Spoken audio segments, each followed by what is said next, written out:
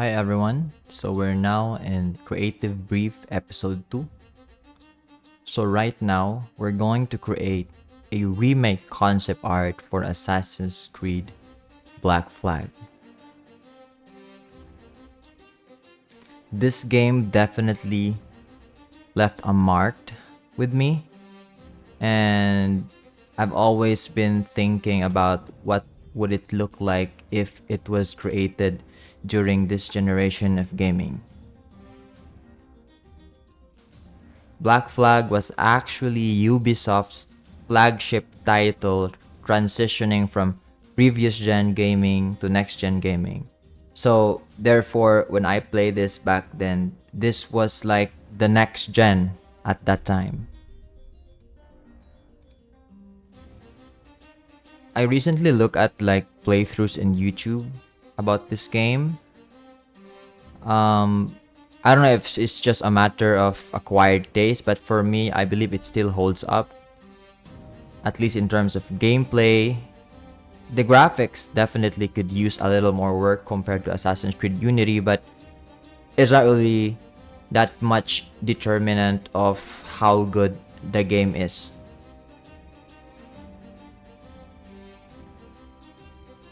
So as you can see, for this specific piece, it just started the same like the first episode of the Creative Brief, which is laying out the 3D blockouts. I didn't include how I blocked the scene out in 3D since I already explored that part in the first episode. And if you're interested to look at me setting up a scene like the camera and the 3D assets, you can just look at episode 1 for now. However, if you want more content like that, don't worry, I will be uploading more content similar to episode 1.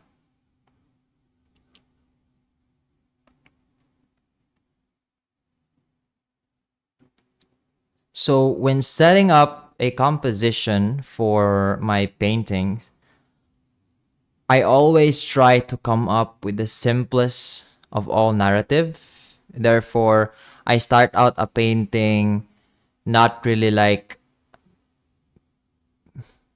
giving a lot of thought into the story part.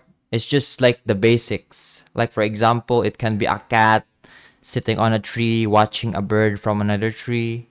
Or in our case, it's just Edward Kenway looking at a Spanish galleon leaving the island. It can be as simple as that. And as you can see, regardless of the simplicity of the narrative, I can already see through a lot of design variations within that narrative. So basically, you can design the complexity within the simple narrative. So I have to be honest, I didn't even think that I will actually be like designing a carved architecture on the side of a cliff, This is actually something that I just figured out as I proceeded in refining the piece. So as much as possible when blocking out your scene, less is more. So as you can see, if you just squint your eyes, I actually have 4 elements only in my painting. You have the foreground rock, the midground rock, that little one on the bottom right, and then my subject matter focus, which is the ship, and then lastly the background cliff, which is that big part of the island there with the architecture carving on its side. And just as I mentioned in my previous episode, when I start these paintings from 3D blockout, you can't deny that at that early stage, the painting feels so stiff because of all the technicality. So what I do is I just, straight ahead get a sky or cloud references online and then just paste it on the very back. That way I can already feel the entirety of the painting regardless of how much detailed it is, as long as it already captures the atmosphere, because the sky of all elements captures the entire atmosphere of a mood. So that's why it's very handy to put a sky backdrop early on.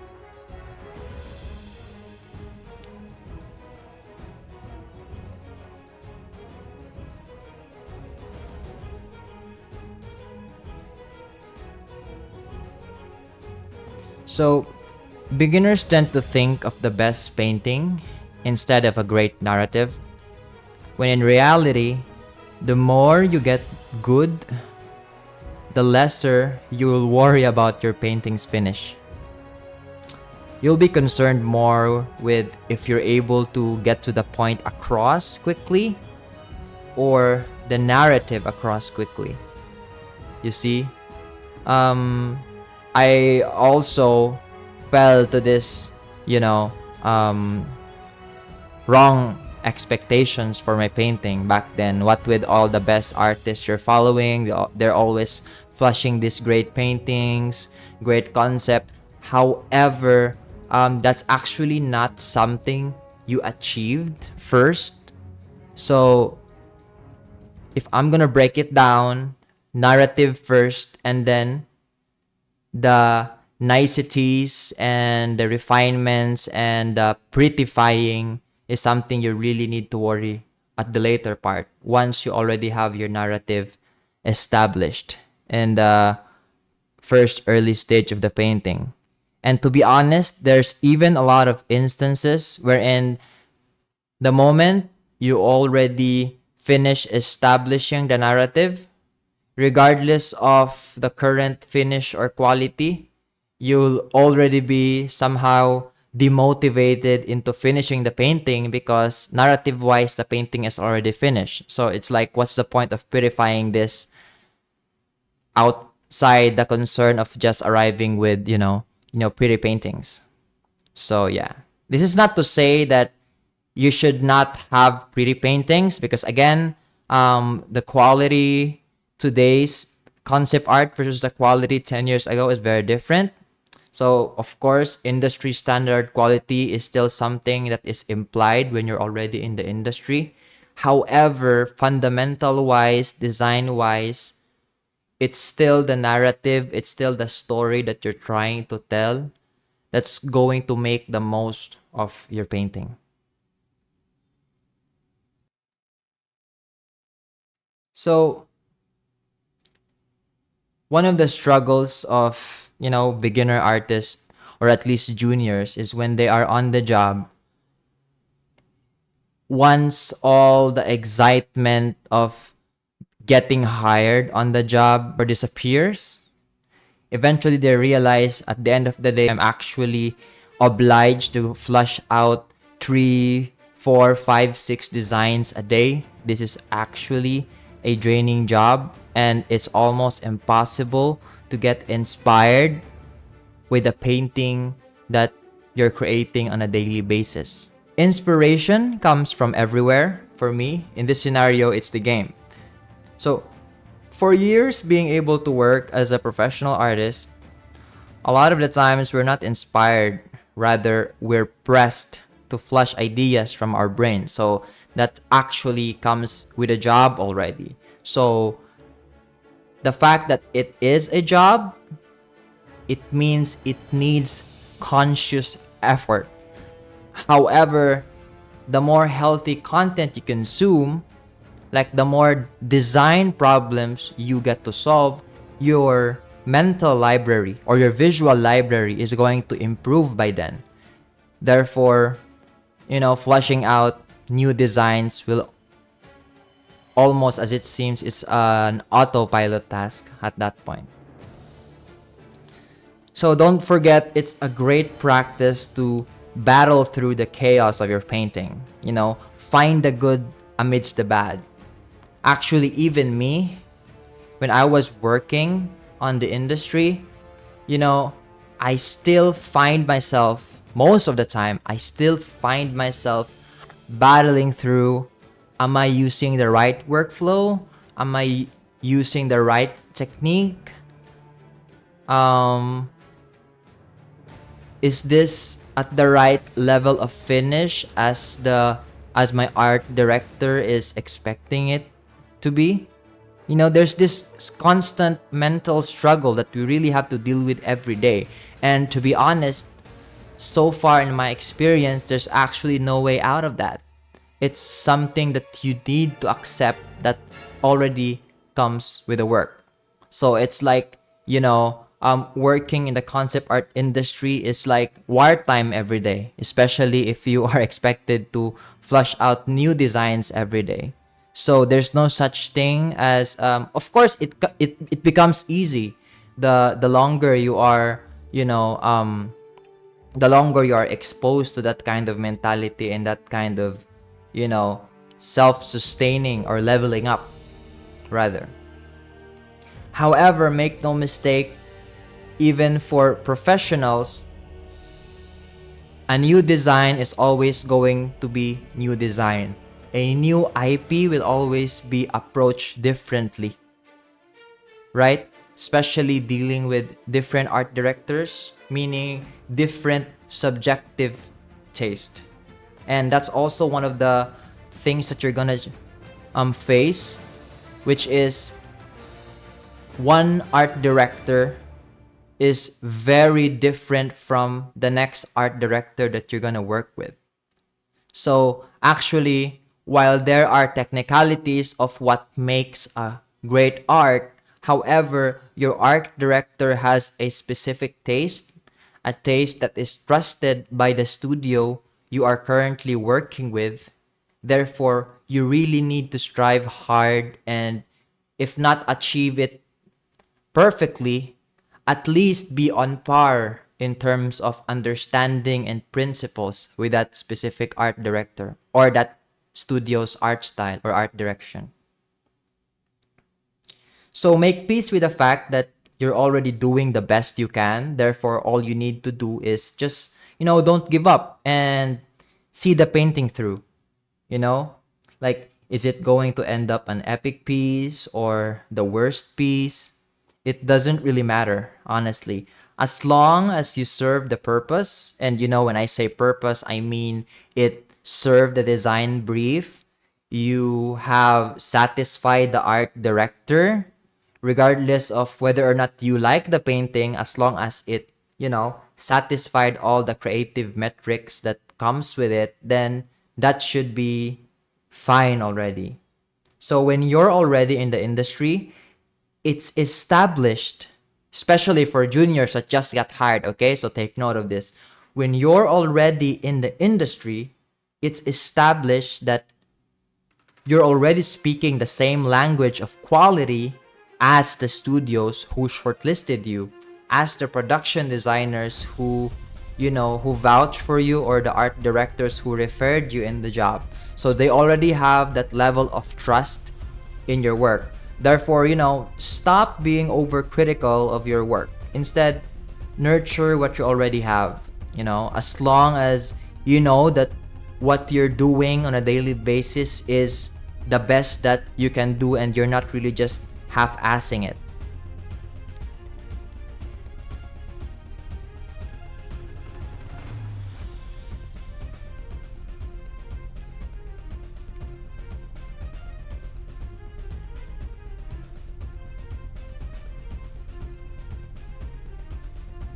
So, enough with art talk. I mean, let me share about my sentiments towards this, series. I have this love and hate relationship with the Assassin's Creed series, to be honest. Like, I have played all the flagship titles, right? However, for some reason, nothing had superseded Black Flag so far.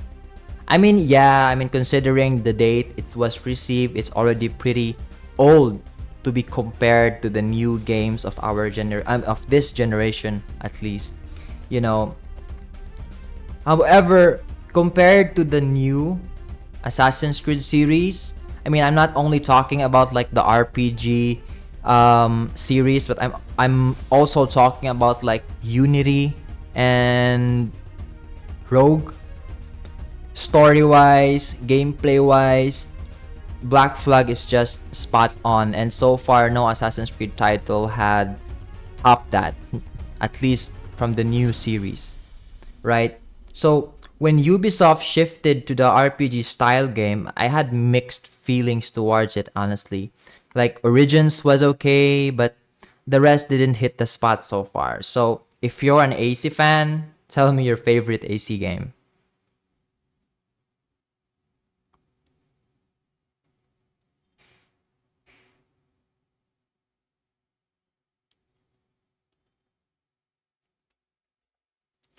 So, disclaimer so far, I haven't really worked with Ubisoft.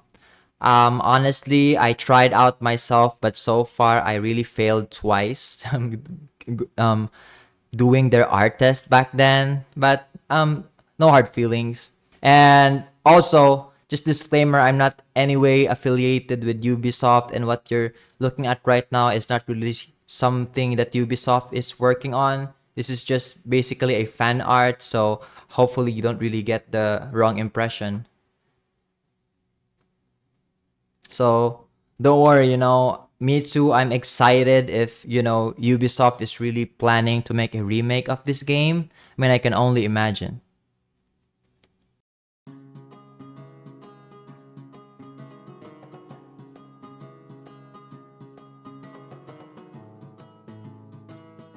Let's think about something that I could advise artists, not only for, juniors or professionals, but, just artists trying to improve their craft. If there's one thing that I could advise to like the juniors in the industry, one of my many number ones actually is don't lose sleep. There is this bad connotation that the artist community has come up with, which means, the lesser you sleep and the more you draw, they think that you're actually doing hard work.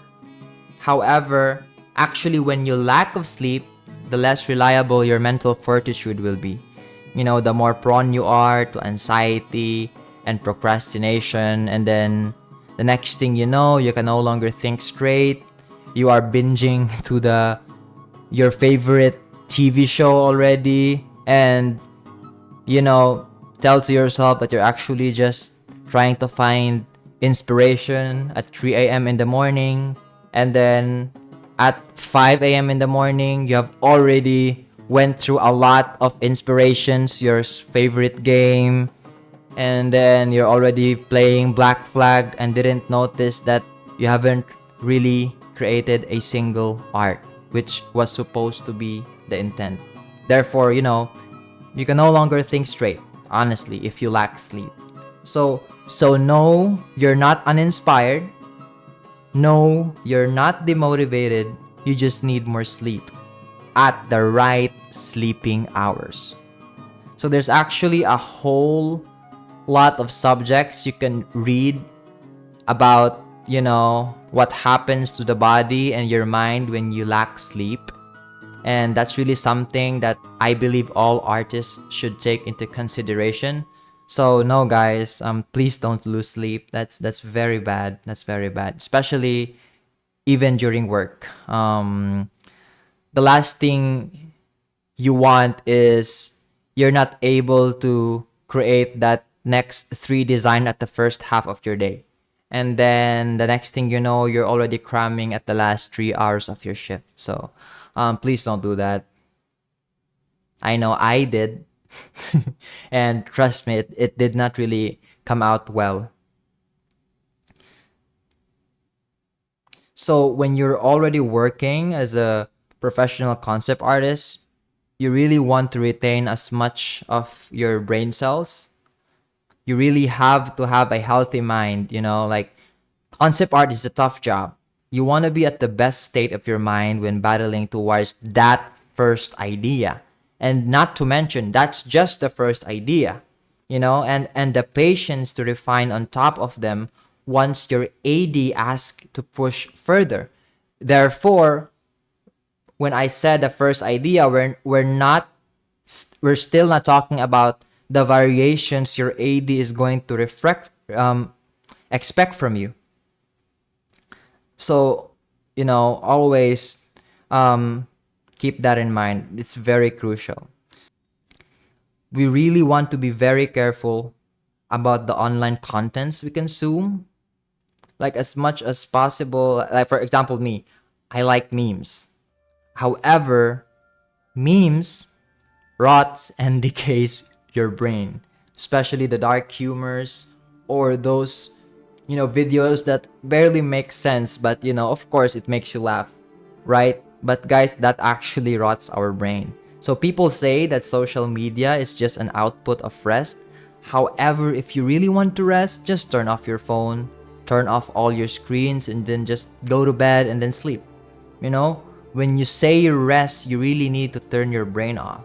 And as much as possible, not give it a chance to react to anything, So, like, don't read or consume negative contents like alarming news, people getting hit by a car, or, people getting shouted by Karens. Yeah, it is definitely hilarious, but you're consuming brain cells as you consume this content, like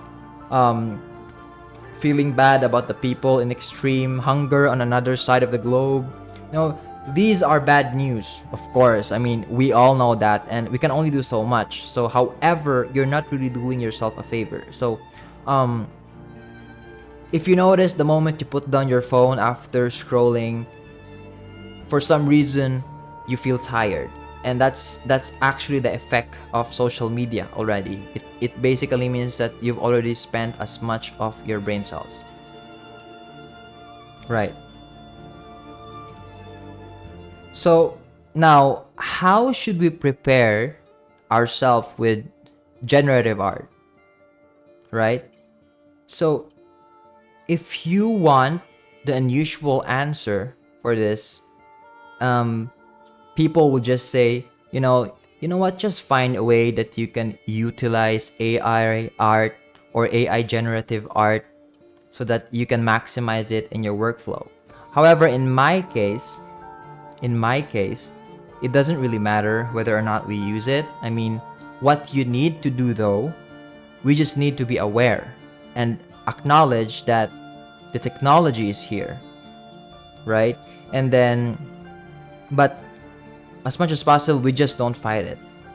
Awareness is enough. However, as much as possible, what you really want is to just nurture what you already have.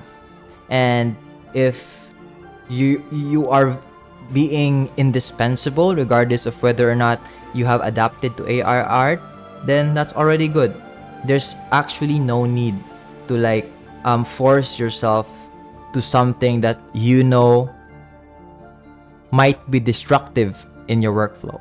So, give yourself time and don't be intimidated by the climate of this new technology that we are experiencing right now. And at the end of the day, this is something that we really love doing and eventually would like to work, once upon a time or someday. So, the key is really just to not giving up and then continue to improve and then be inspired from the successes of others and be less critical about your work. And as much as possible, enjoy the journey. So, this is the art. Finally, this is the end point of the video. Thank you if until now you're still here, and thank you for giving me a chance to share this art for you, and hopefully we'll see each other the next time in episode 3. Thank you so much, everyone, and bye-bye.